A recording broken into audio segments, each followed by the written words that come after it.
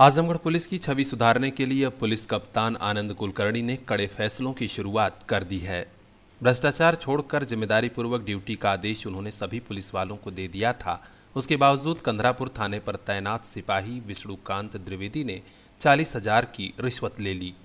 इतना ही नहीं, इस भ्रष्टाचारी सिपाही पर वहां के एसओ फरीद अहमद का विशेष वरदहस्त भी रहता है। इसकी शिकायत मिली तो जांच कराई गई। आरोप सच साबित होते ही पुलिस कप्तान ने एसओ कंधरापुर फरीद अहमद और आरोपी सिपाही विष्णुकांत द्विवेदी को लाइन हाजिर कर दिया। बाद में दोनों को निलंबित भी कर दिया गया है। एसपी श्री कुलकर्णी ने बताया कि मोहम्मदाबाद मऊ का पशुपालक विश्राम यादव फैजाबाद में अपनी भैंस बेचने के लिए मेले में गया था। वहां अपनी 2 भैंसें लेकर वापस लौट रहा था। रात करीब 2 बजे कंधरापुर थाने के सिपाही विष्णुकांत द्विवेदी ने उसे रोका और जांच के नाम पर थाने पर ले गया। बाद में 40,500 रुपए की रिश्वत लेकर उसे छोड़ा। इसकी जांच ट्रेनी आईपीएस सतपाल ने शुरू की। वे पशु मालिक का साथी बनकर साथ में गए और सच्चाई का खुलासा हो गया। इसी के बाद एसओ और सिपाही दोनों लाइन हाजिर, बाद में सस्पेंड। पुलिस अधीक्षक ने जिले भर के पुलिस कर्मियों को चेताया है कि भ्रष्टाचार छोड़ दीजिए, जनता के बीच पुलिस की छवि सुधारिए। थाने में आने वाले प्रत्येक व्यक्ति का सम्मान हो, उसकी सुनवाई हो। उन्होंने आजमगढ़ की जनता का भी आह्वान किया है कि किसी भी पुलिस वाले को रिश्वत मत दीजिए। कहीं भी भ्रष्टाचार हो रहा हो तो लिखित शिकायत कीजिए, वह भी बिना डरे हुए। दोषी पुलिसकर्मी के खिलाफ सख्त कार्रवाई जरूर की जाएगी।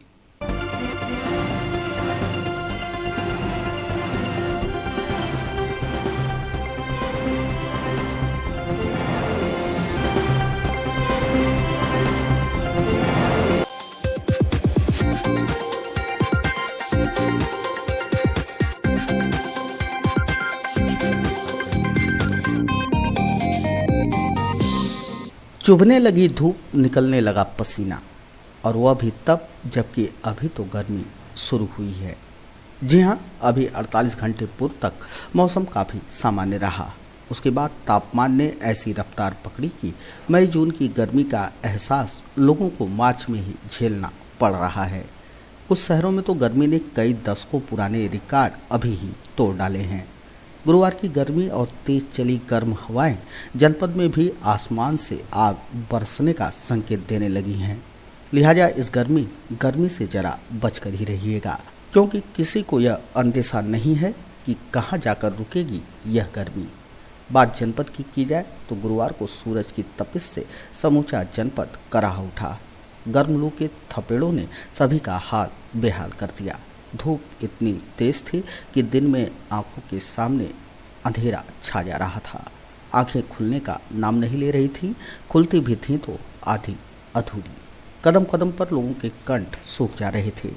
किसी भी चौराहे पर न छांव न पानी, राहगीरों की बढ़ा रहा था परेशानी। गर्मी क्या स्थिति इस समय है? धूप और गर्मी तो आप देख ही रहे, गमछा बांधे हुए हैं, चेहरा पूरा काला होता जा रहा है और लू इतनी तेज चल रही है कि अभी 3 दिन पहले अस्पताल से हम निकले, अब फिर लगता है फिर अस्पताल जाना पड़ेगा। यहाँ देख लीजिए, पानी एक बूंद नहीं है कि आम नागरिक जो है पानी पी सके। इस नगर पालिका की धरती पे जो है जितने भी चौराहे इस नगर में बने हुए हैं, हैंड पाइप भी नहीं है ना पीने के लिए। रिक्शा वाले भी बेचारे पीने के लिए सोचते हैं और हम लोग की ज़िंदगी तो हो गई बड़ी परेशान। गर्मी की क्या स्थिति इस समय है और लू और गर्मी? ये तो बहुत तेज है। क्या देख रहे, गमछा बांधे हैं, सामने सूरज निकला हुआ, चेहरा एकदम काला हो गया।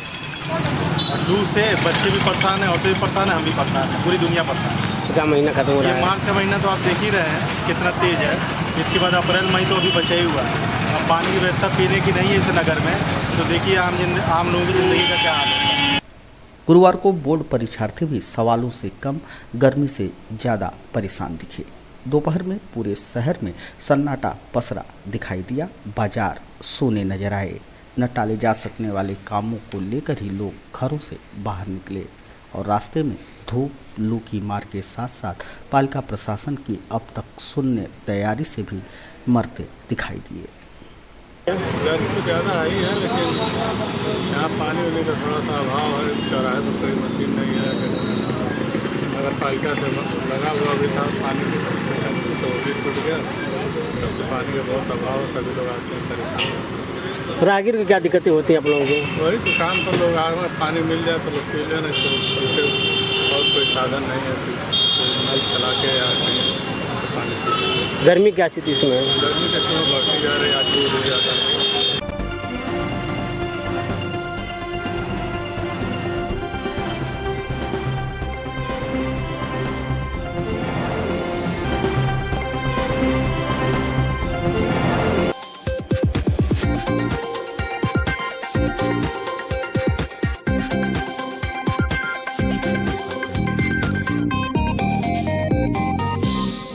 निजामाबाद क्षेत्र के मुय्या मखदूमपुर क्षेत्र स्थित सेंट्रल एकेडमी पब्लिक स्कूल का वार्षिकोत्सव और परीक्षाफल वितरण समारोह गुरुवार को संपन्न हुआ।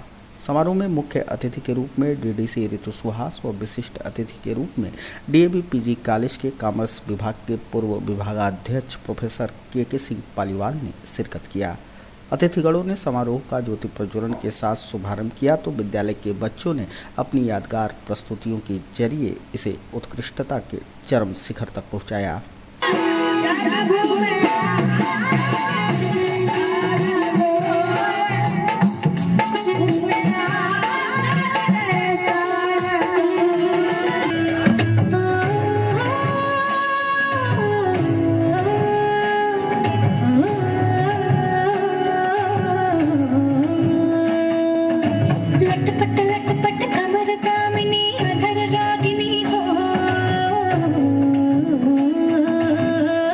Hey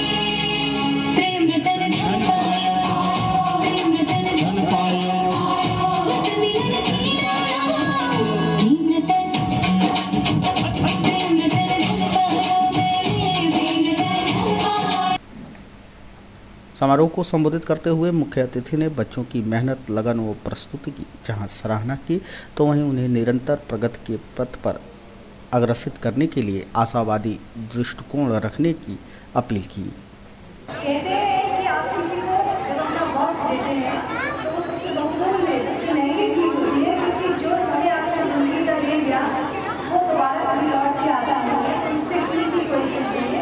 आज आप लोगों के साथ इतना अच्छा समय मैंने बिताया, इसके लिए आपका बहुत धन्यवाद। और मुझे बहुत खुशी हुई आज आप लोगों के बीच यहाँ देख के कि बच्चों ने जो कार्यक्रम तैयार किया, उनकी टीचर्स ने जो इतनी मेहनत की, और मुझे खासतौर पर इस बात की खुशी है कि लड़कियों की पढ़ाई लिखाई के लिए विशेष रूप से जोर है। जोरदार तालियां इस बात के लिए।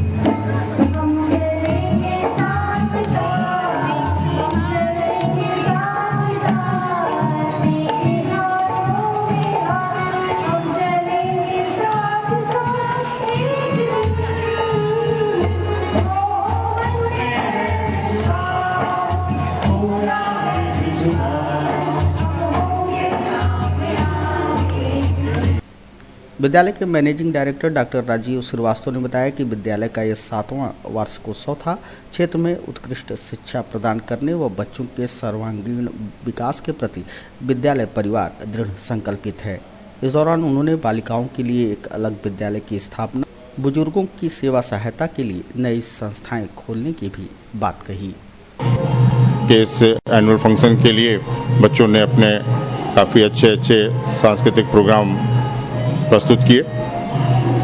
अभिभावकों का काफ़ी सहयोग मिला और इस सहयोग के माध्यम से आज हमारा विद्यालय आज इस ऊंचाई पर है। हमने यहाँ पर बच्चों के लिए कई सुविधाएं दे रखी हैं। हमारा जो कैंपस है वो वाईफाई कैंपस है, ISO सर्टिफाइड है, और दूर से जितने भी ऐसे बच्चे हैं जिनको इंग्लिश मीडियम के विद्यालय नहीं मिल पाते हैं, उनके लिए यह विद्यालय अपने आप में काफ़ी अच्छा है। हमारे यहाँ बस की फैसिलिटी है। हम दूर दराज के जितने भी ऐसे बच्चे हैं जो बस की सुविधा न होने के कारण इंग्लिश मीडियम में नहीं पढ़ पाते हैं, हमने वो सारी सुविधाएं उनको प्रोवाइड कराई हैं। और शिक्षा के माध्यम से हमने इस एरिया को काफ़ी शिक्षित करने का बीड़ा उठाया है। संकल्प लिया है कि इस विद्यालय के माध्यम से, ये शहर से काफ़ी दूर है, जो हमारा मुख्यालय है मुख्यालय से काफ़ी दूर है, और यहाँ के लोगों को शिक्षित करने के लिए, अच्छी सुविधा देने के लिए, अच्छी पढ़ाई करने के लिए ये विद्यालय है।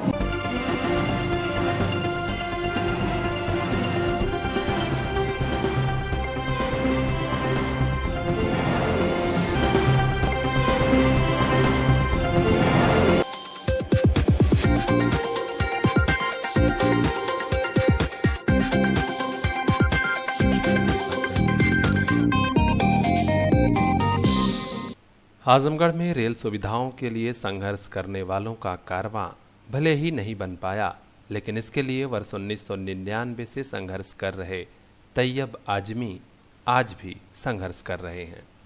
गुरुवार को पूरे शहर में तेज लू और धूप में जब इक्का दुक्का लोग ही सड़क पर दिखाई दे रहे थे, बहुत जरूरी काम पर ही बाजार में लोग निकले।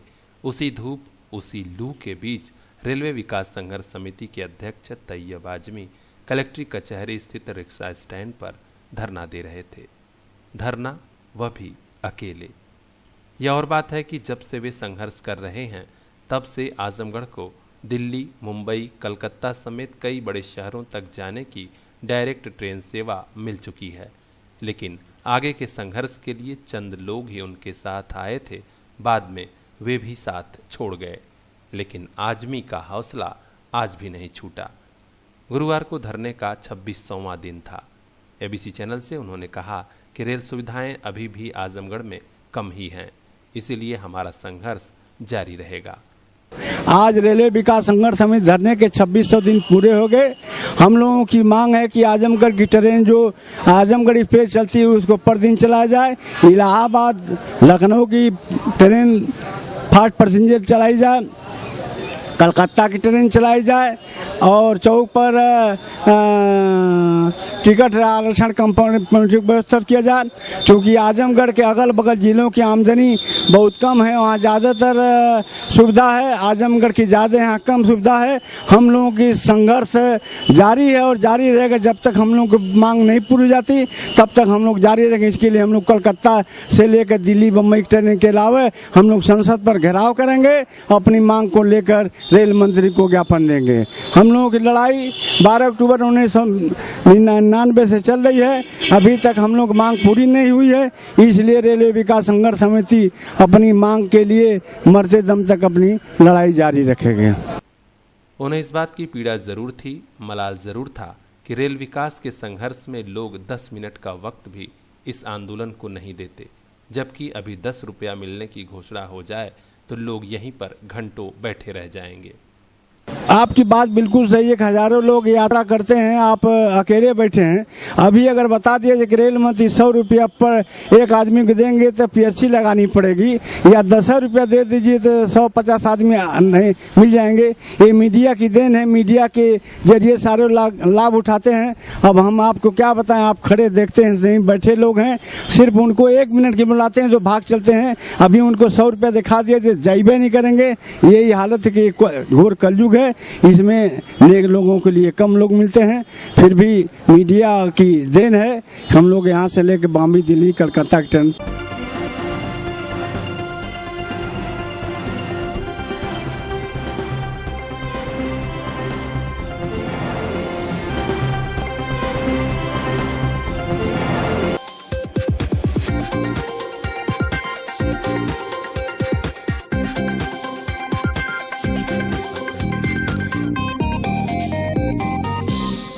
हेलवल मोहल्ला स्थित इंटरनेशनल पब्लिक स्कूल में गुरुवार को भव्य समारोह आयोजित हुआ। इस समारोह में नर्सरी से क्लास 8 तक के छात्र छात्राओं को रिजल्ट कार्ड बांटे गए, तो वहीं क्लास के पोजीशन होल्डर्स पुरस्कार के भी हकदार बने। इस स्कूल में खास बात यह रही कि उन बच्चों को विशेष पुरस्कार देकर सम्मानित किया गया जिनका व्यवहार पूरे साल भर घर में और स्कूल में भी अच्छा रहा। रिजल्ट वितरण समारोह का शुभारंभ प्रबंधक पंडित सीताराम पांडे ने मां सरस्वती के चित्र पर माल्यार्पण से किया। उन्होंने स्कूल परिवार की ओर से सभी अभिभावकों का जोरदार स्वागत किया।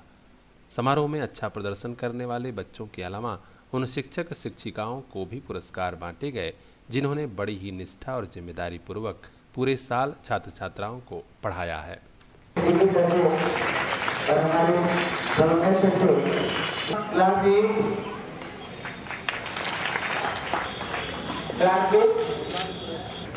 क्लास 4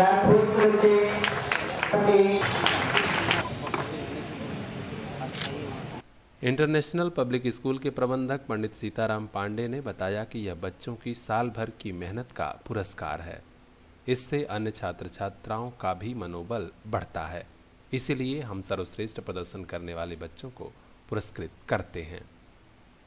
कि जो बच्चे क्लास में फर्स्ट पोजीशन जिनकी रही, सेकंड पोजीशन जिनकी रही, थर्ड पोजीशन के बच्चे और जिनकी हाईएस्ट अटेंडेंस रही, जिस बच्चे का क्लास में बेस्ट बिहेवियर रहा, एक एक क्लास को 5-5 पुरस्कार दिए गए।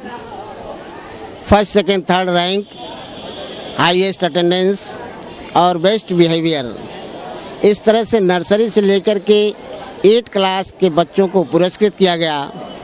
और पिछले दिन जो एनुअल फंक्शन हुआ था उसमें जिन बच्चों ने पार्टिसिपेट किया था उन सारे बच्चों को पुरस्कृत किया गया।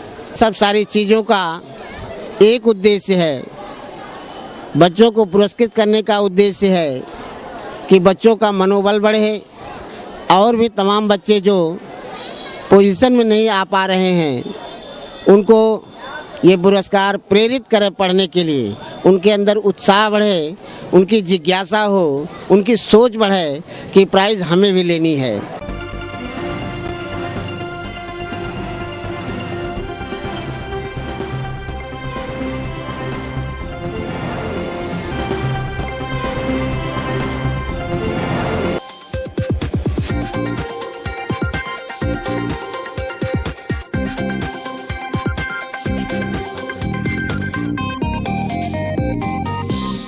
चिंतन विचार केंद्र के तत्वाधान में गत बुधवार की देर शाम राहुल नगर स्थित रविंद्रनाथ त्रिपाठी के आवास पर भारतीय नव संवत्सर 2074 विषयक गोष्ठी का आयोजन किया गया।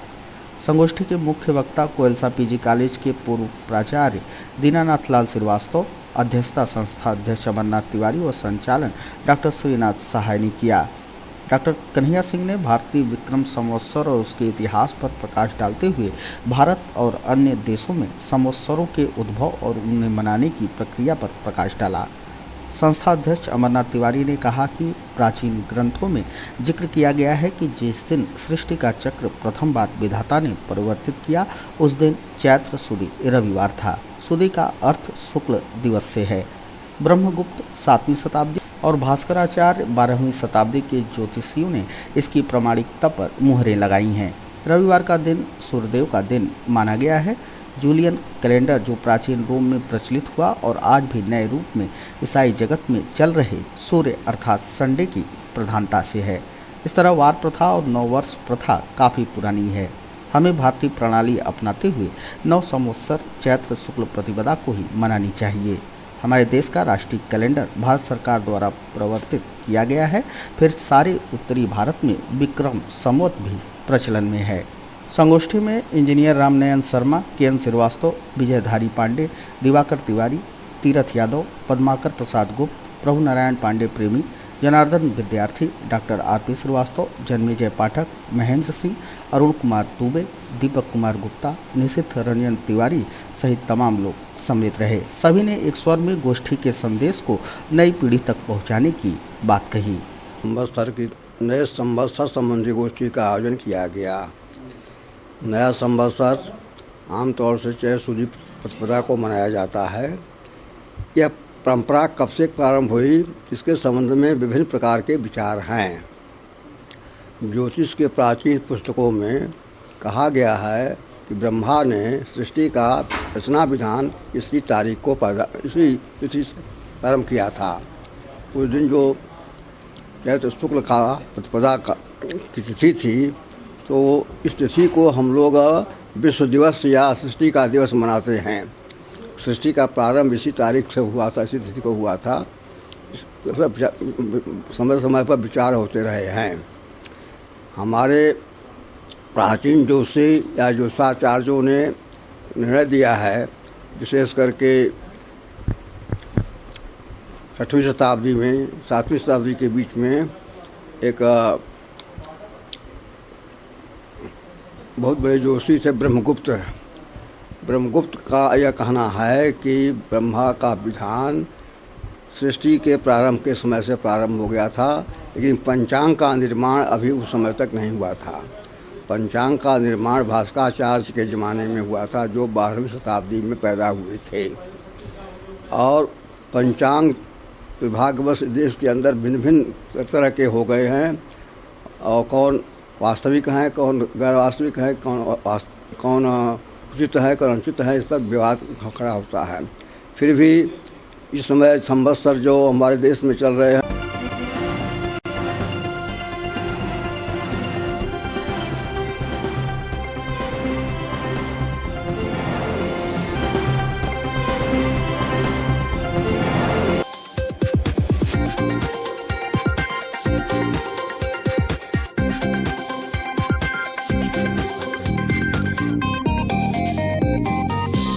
बाल श्रम विद्यालयों में ड्यूटी करने के बाद मानदेय न पाने वाले शिक्षकों ने उम्मीद नहीं छोड़ी है। प्रदेश की नई सरकार ने बाल श्रम विद्यालय तो बंद नहीं किया, पुरानी सरकार ने ही विद्यालय बंद कर दिया था, क्योंकि अध्यापक पढ़ा नहीं रहे थे। पता चला कि घर बैठे वेतन ले रहे हैं।